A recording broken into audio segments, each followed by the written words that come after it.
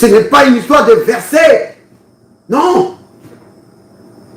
Ce n'est pas une histoire de nuit de prière. Non. Ce n'est pas une histoire de performance spirituelle ou de performance religieuse. Non. C'est une histoire d'amour, d'amitié avec le Seigneur. C'est d'abord ça. Si tu rates ça, tu rates toute la substance de la vie chrétienne. Amitié, amour, communion avec le Seigneur. C'est cela, la vie des chrétiens. Oh là là, c'est vraiment important. Bienvenue à la table du Seigneur. Yeah!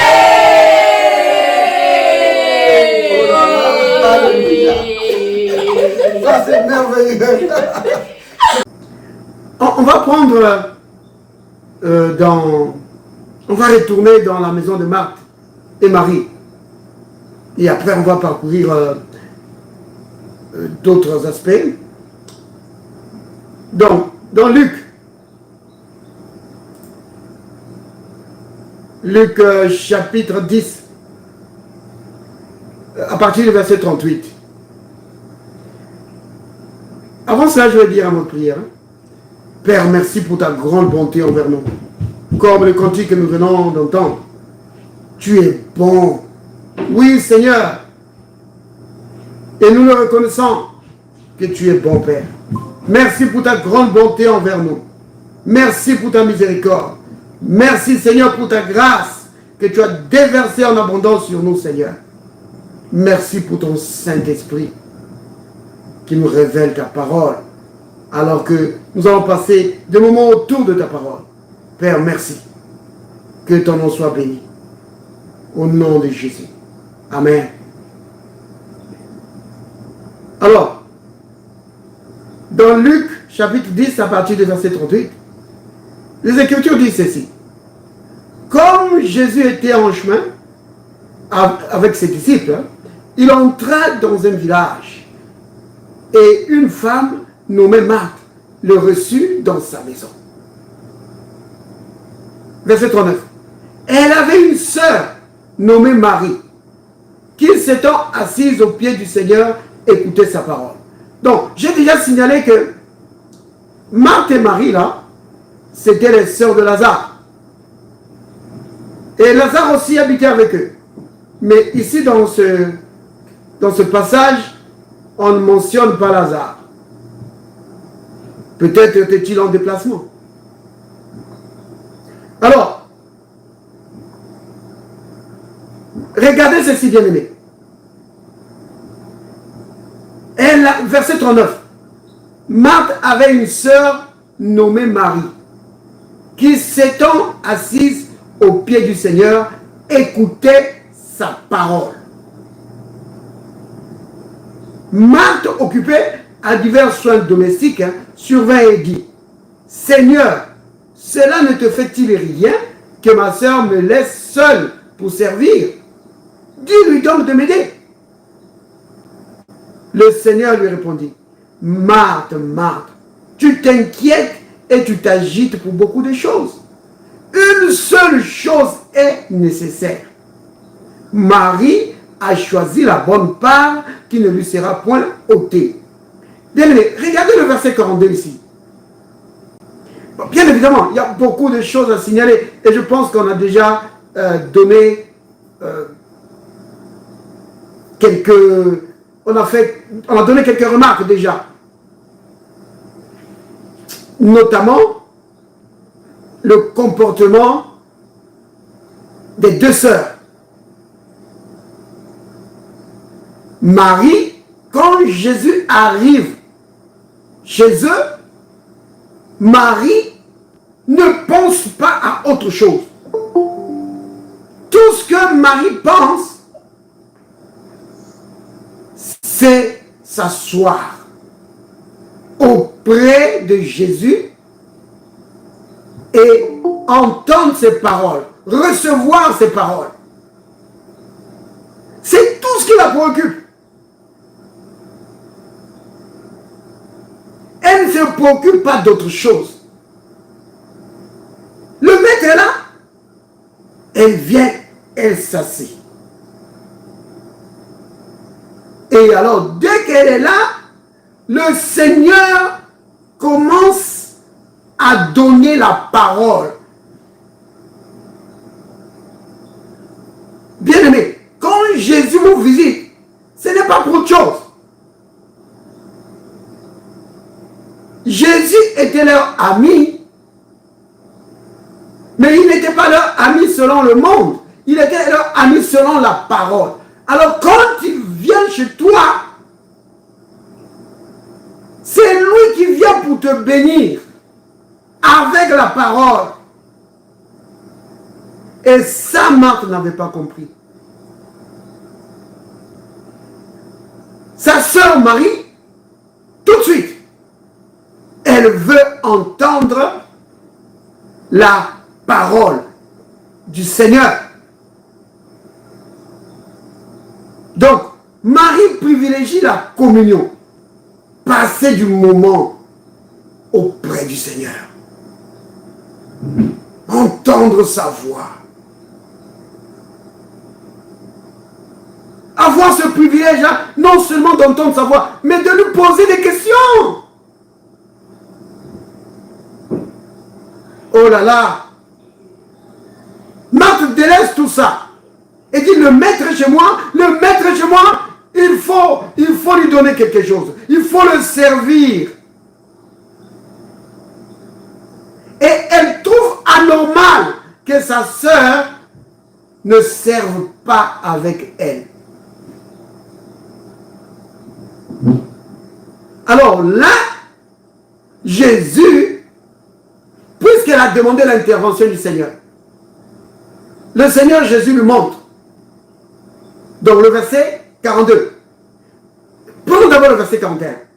Le Seigneur dit à Marthe, Marthe, Marthe, tu t'inquiètes et tu t'agites pour beaucoup de choses.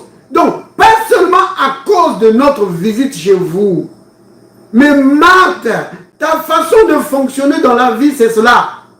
Tu t'inquiètes, tu t'agites. Pour beaucoup de choses, c'est ce que tu fais. Agitation, inquiétude. Le Seigneur lui dit, Marthe, tu as besoin d'une seule chose. Une seule chose est nécessaire. Vous voyez? Le mot là, nécessaire, ça veut dire primordial, important.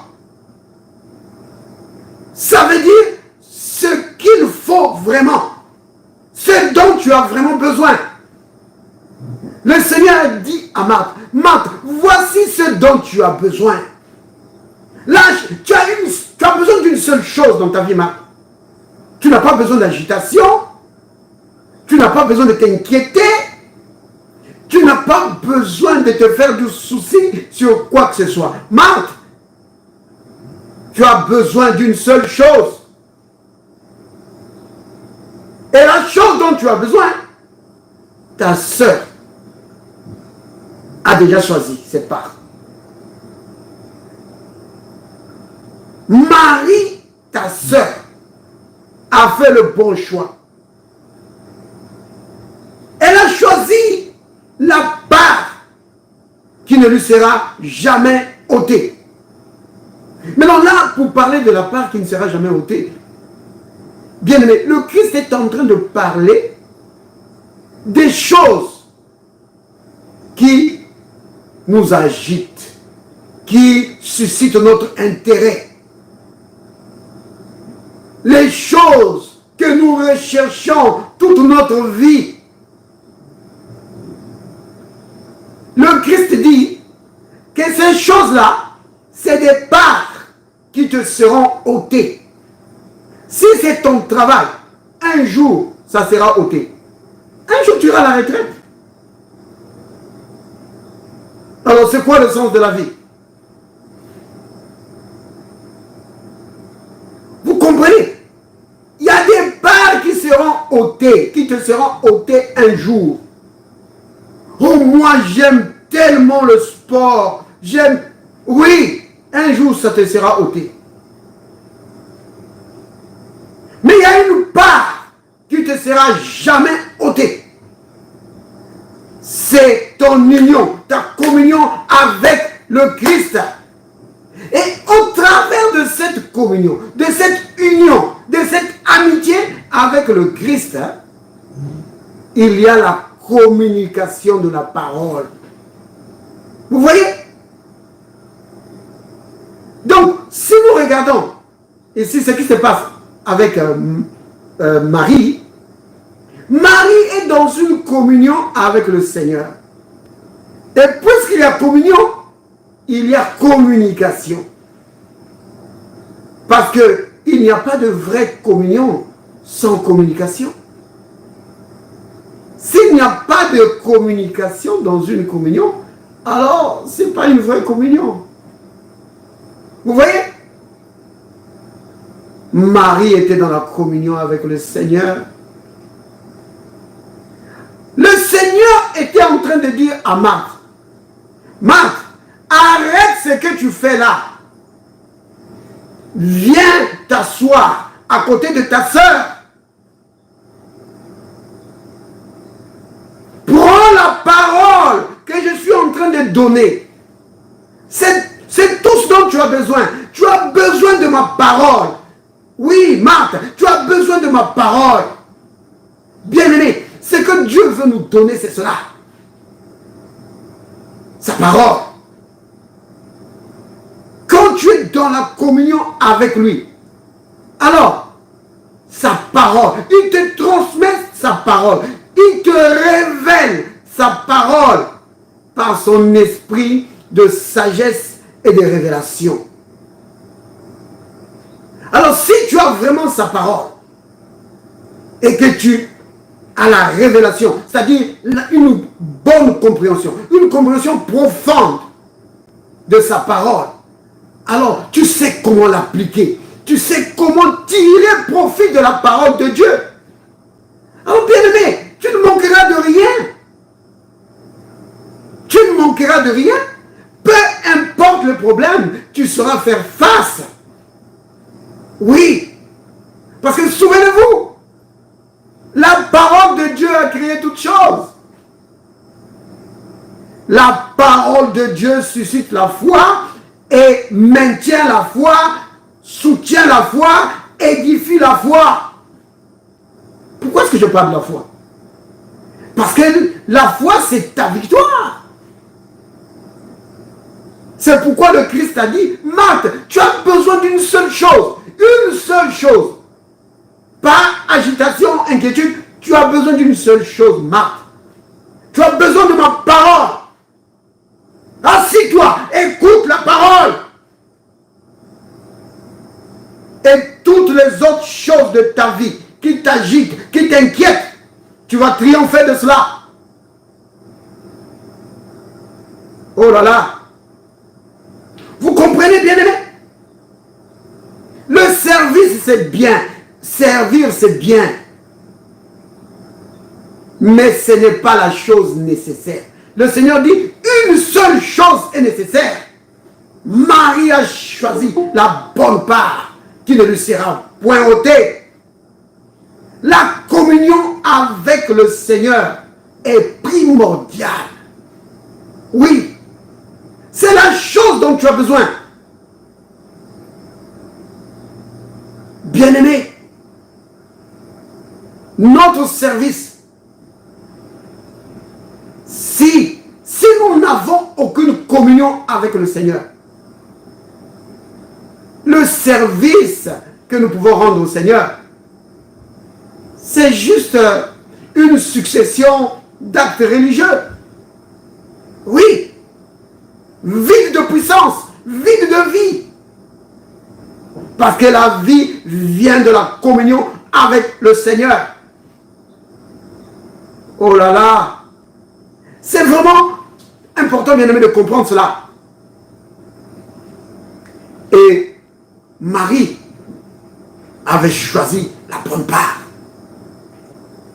C'est curieux de voir le comportement comportement différent des deux sœurs.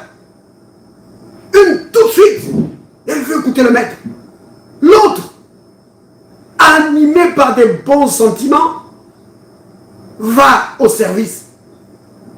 Le Seigneur lui dit, oh Marc, tu as tapé à côté là. Tu as tapé à côté. Tu aurais dû être là. Vous vous rendez compte, toutes les bonnes paroles là qui sortaient de la bouche du Christ. Marthe était en train de rater tout ça. Pendant qu'elle travaillait là-bas, elle ratait toutes ces bonnes paroles. Oh là là, privilégiant la communion avec le Seigneur, entendre ces paroles. Bien aimé, juste une parole de la part du Seigneur peut changer toute ta vie. Oui,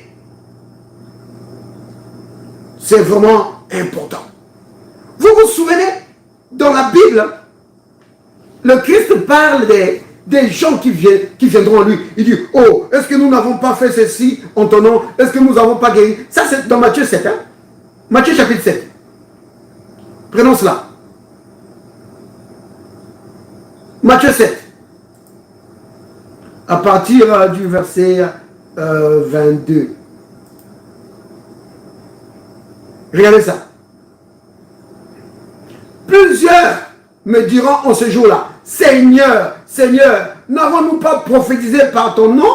N'avons-nous pas chassé des démons par ton nom? N'avons-nous pas fait beaucoup de miracles par ton nom? Vous voyez, tout ça c'est quoi? C'est le service, non? Des serviteurs de Dieu remplis de puissance, guérissant les malades. C'est très bien. C'est pas mauvais, c'est bien. J'aime ça. Quand la puissance de Dieu se déploie, c'est très bien. Mais regardez, verset 23. Alors je leur dirai ouvertement, je ne vous ai jamais connu. Vous avez vu ça? Retirez-vous de moi, vous qui commettez l'iniquité. Bien aimé, souvent les gens mettent l'accent ici sur vous qui commettez l'iniquité. Le problème, le gros problème, c'est le manque de communion avec le Seigneur.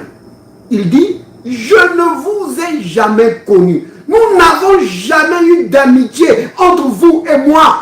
Il n'y a jamais eu. Vous n'avez jamais cherché ça. Vous avez cherché la puissance. Oui. Et souvent c'est ça. Les gens cherchent la puissance juste pour la puissance. Oui. Pour remplir les églises. Mais la communion avec le Seigneur, ça les importe peu. La communion, l'amitié. Pas pour lui demander quelque chose, bien aimé. Non. Moi, je vais faire l'amitié avec lui, comme ça, il va me donner. Non. Juste, tu t'intéresses juste en la personne du Seigneur. Être son ami. Oui. Passer du temps avec lui. Tu lui parles, lui te parle. Vous passez des moments avec lui. Oh là là. Vous comprenez? Donc dans ce passage, la clé c'est vous et moi, on n'a jamais eu de l'amitié. On n'est jamais partagé ensemble. Je ne vous connais pas.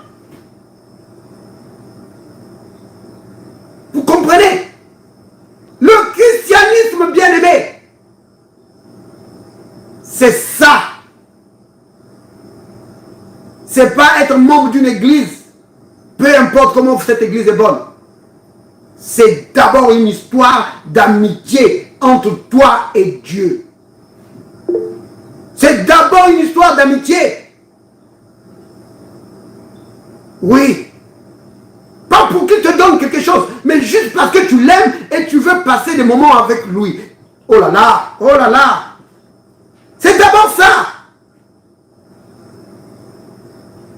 Ce n'est pas une histoire de versets. Non. Ce n'est pas une histoire de nuit de prière. Non. histoire de performance spirituelle ou de performance religieuse. Non.